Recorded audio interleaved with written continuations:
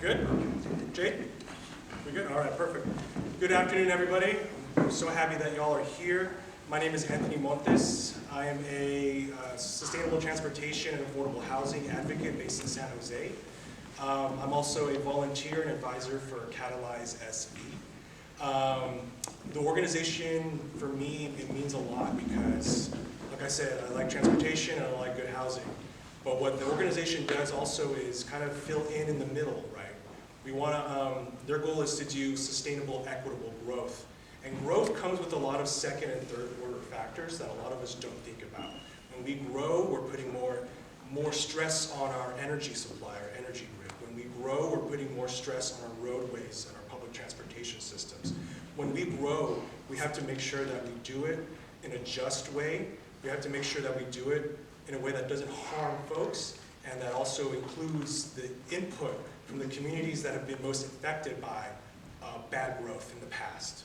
So one of the reasons I'm really engaged with Catalyze SV is that they kind of reflect those values, and those are my values.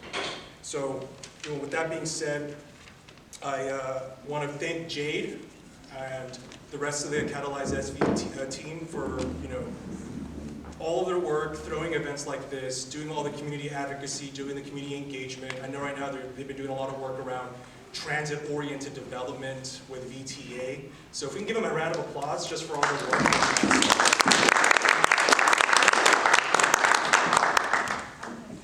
And just to kick us off, we're going to introduce our panelists. So what we're going to do is we're going to introduce ourselves, we're going to say our name, our organization, and then explain what the organization is, what your mission is, and then tell us, this is the icebreaker question, how you got involved in sustainability, in clean energy, or advocacy, and what really sparked the fire in you to get involved in this work. So we'll start with Jeremy. So I am Jeremy Madsen. I am down here from Alameda, up in Alameda County. So thanks for welcoming me to Milpitas in Santa Clara County. I run an organization called Build It Green, and we've had two histories. So the first is exactly what it sounds like. We're about green building and making sure that we are building, especially our homes, very much focused on the residential side, building our homes in ways that are energy efficient, water efficient, and healthy.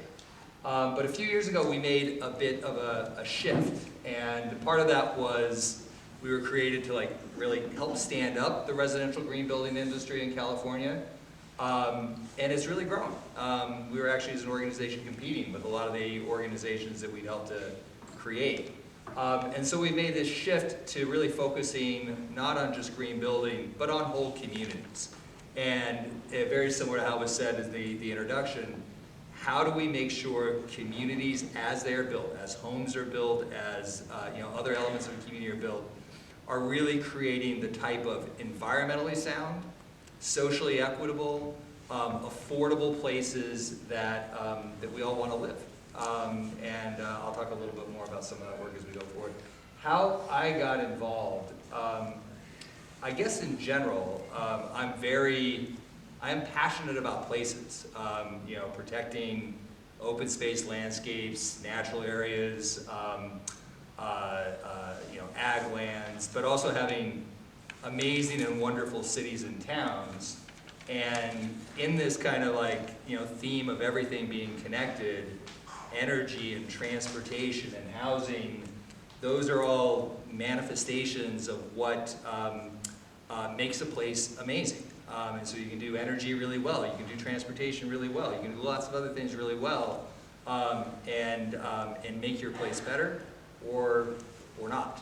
And I think that's kind of guided me to being here. Great, thank you, Jeremy.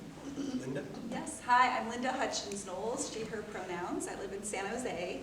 I'm actually with 3 organizations because I've continued with the ones that I started as a volunteer, and now I work in this field. So I used to be in education, but I really had a climate crisis wake-up call when my kids were really little, and I realized that if more effort wasn't made, they were facing a very bleak climate future. And I didn't see other parents doing much about it. Parents were involved in the kids' schools, sports teams, but I didn't see parents working on the climate crisis. And so I started a local organization called Mothers Out Front Silicon Valley. And our organization, we support mothers and allies to act locally to pass policies that will get us on the path to a safe and healthy future for all kids. So I still volunteer with Mothers Out Front Silicon Valley, but after working there and getting on the staff there, I joined the staff of Actera, and there I was with the EV Charging for All Coalition, and we helped pass a statewide bill to get all the multifamily housing apartments in the state that are built, newly built, will have EV charging ready to go, which was a really exciting win. And some of the volunteers, including me from that, I moved to a different organization, but I still work with that, and we started our own nonprofit to bring it national, called the National Charging Access Coalition. And third, I work for Climate Action California, and we are a statewide group of volunteers that mobilize to get legislation passed throughout the state. We have people that are with us from all over the country, but most of us are in California. And I work as the volunteer coordinator and campaign supporter. So all three organizations are near and dear to my heart. One is my work, two is volunteer. And still parenting my kids, now they are involved. They are majoring, one of them in climate sustainability and environmental geoscience, and the other may do something similar. So that's how I'm here today. Cool, that's awesome. Yeah. So involved. And I love that you started as a volunteer, Yeah. because leadership is something that you don't necessarily always choose. You kind of just fall into it, and then you rise to the You occasion. get drafted. Yeah, exactly. And Juliette? Hi everyone, I'm Juliette Pascual. I'm a community outreach specialist at Silicon Valley Clean Energy. So we are the local clean electricity provider here for Milpitas, but as well 12 other cities and towns here in Santa Clara County. We are public, not-for-profit, and essentially the alternative choice for energy generation to PG&E. So our mission is to reduce fossil fuel dependence in our electricity supply, so providing clean, affordable, and reliable electricity, and then also providing programs that help people just in their everyday lives to go electric. So electric vehicles, we do electric vehicle charging grants, and then we also help people figure out how to go electric with home appliances and make their homes less fossil fuel dependent. So that is what we work on at Silicon Valley Clean Energy. And as far as my own journey in getting to this point, I'm not a local. I grew up in Bakersfield, California. Oh, wait.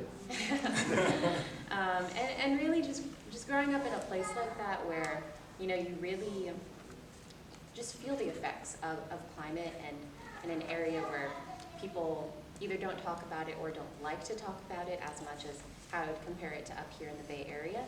That's really what made me choose to be part of the environmental field and started my journey. I didn't even get much of an education in environmental science, growing up, going through high school over there. So I just knew that that's the path that I wanted to go on, and that's why I chose this field. Thank you, everybody. And I'll just add, for my journey, it started going to Portland, living there for 4 years, going to Portland State, and never needing my car. I took public transit everywhere, and that was world-changing, and then I would come visit here and just be mad that I couldn't do the same thing. Okay, so I'll kick it off, and I'll just toss this one up. What are some common barriers that we've encountered promoting clean energy, trying to advocate it, to cities, maybe sustainable development, those kinds of things? Anyone want to take a crack at it? I can start off. I'll start off on the residential level. Really, when we are trying to promote electric appliances, one of the barriers is really just awareness. There's a lot of skepticism that I still encounter as to whether or not an induction stove is as good as a gas stove, whether a heat pump, heating and cooling system can be effective as a gas furnace and an air conditioner. So really just at the residential level, just going out at events and talking to people, it's just a lot of misconceptions and just getting the word out in direct conversations with people, and then, promoting what we have at Silicon Valley Clean Energy. We now have just a live, constant customer service line that can help answer these questions and tailor answers specific to people's homes and situations. So really for us is just getting over just some common myth busting for people to make a difference in their own homes. And we'll talk about myths in a second. Let's not get ahead of ourselves. Can we talk a little bit about challenges developing sustainably, Jeremy? I think when we're building anything, I talked a little earlier about trying to be equitable, trying to be sustainable, and trying to keep the price so that it's affordable, not only for the developer, but for the eventual owner of the home or the renter of the unit, right? Can you talk about those trade-offs? Yeah, and maybe I'll give a really specific example. So, I like to think very much in like whole systems ways. And so everything from what Juliette is saying about, the awareness, like what kind of a home do we want to live in? What does that bring to us in terms of like both the amenities, but also like in terms of what the, environmental benefit, environmental performance might be. Then from there, it was like, do we have the structures put in place governmentally, whatnot, to support it? But really, then it also comes down to, what are the nuts and bolts technologies and whatnot. So, for example, a lot of people, how many people in here have like doing something to maybe try to electrify a home? I'm going to guess at least a few people, yeah. Well, one of the things that you're often told to do when you start to electrify, or as you're building, new homes that you want to be electrified, is you need a new electric panel on your house.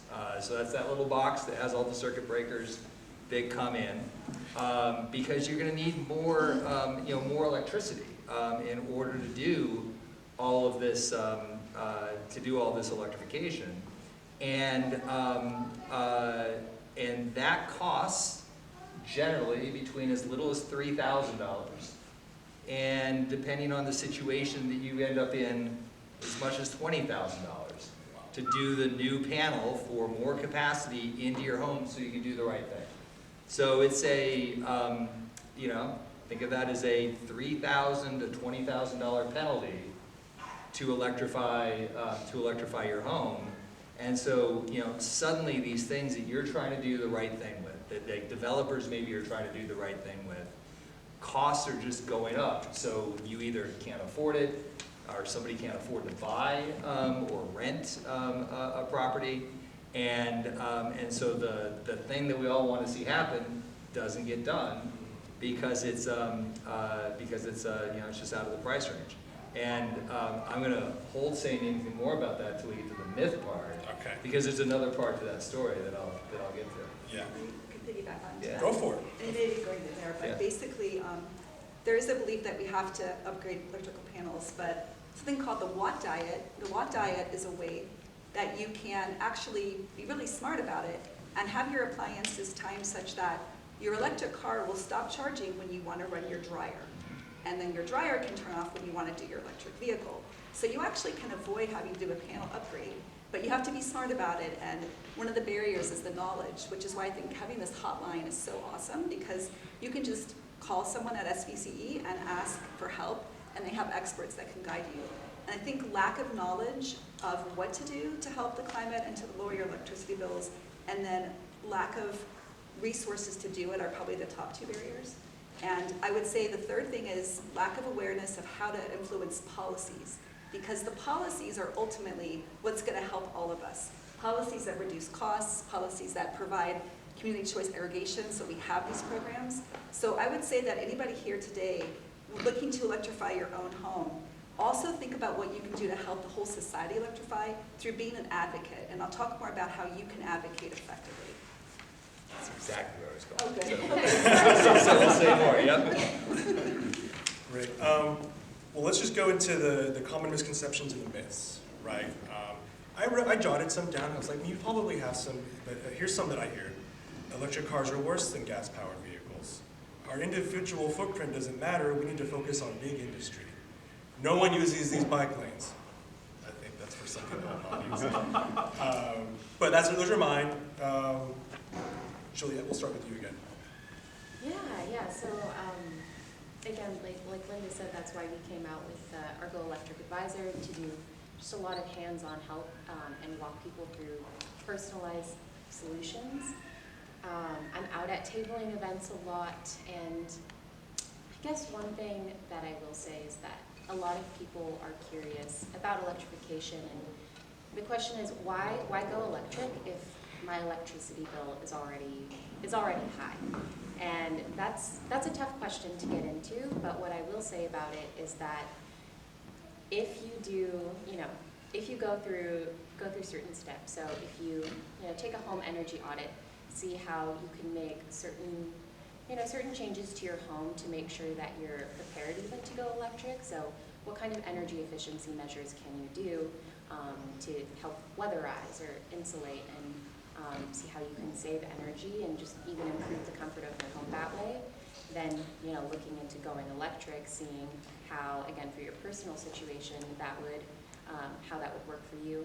And then also really making sure that there's a behavior change and kind of the right electricity rate on your bill.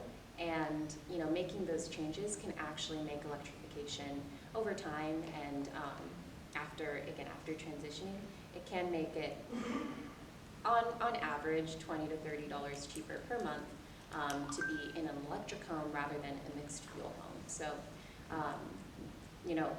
at Silicon Valley Clean Energy, we're trying to provide those resources for people to be able to go through these steps, as well as provide the rebates, because this does get very expensive. But if you take advantage of all the resources and make these behavior changes, you could really see savings. So that's what I'd say. You're always teeing off. I should have started this way and then this way. Okay. And then whoever wants to come with some myths or misconceptions about your advocacy or your work. I'll take one about electric vehicles. Let's go for And I want to just frame this to say, there's a reason these myths are out there. They're being actively promoted by the fossil fuel industry.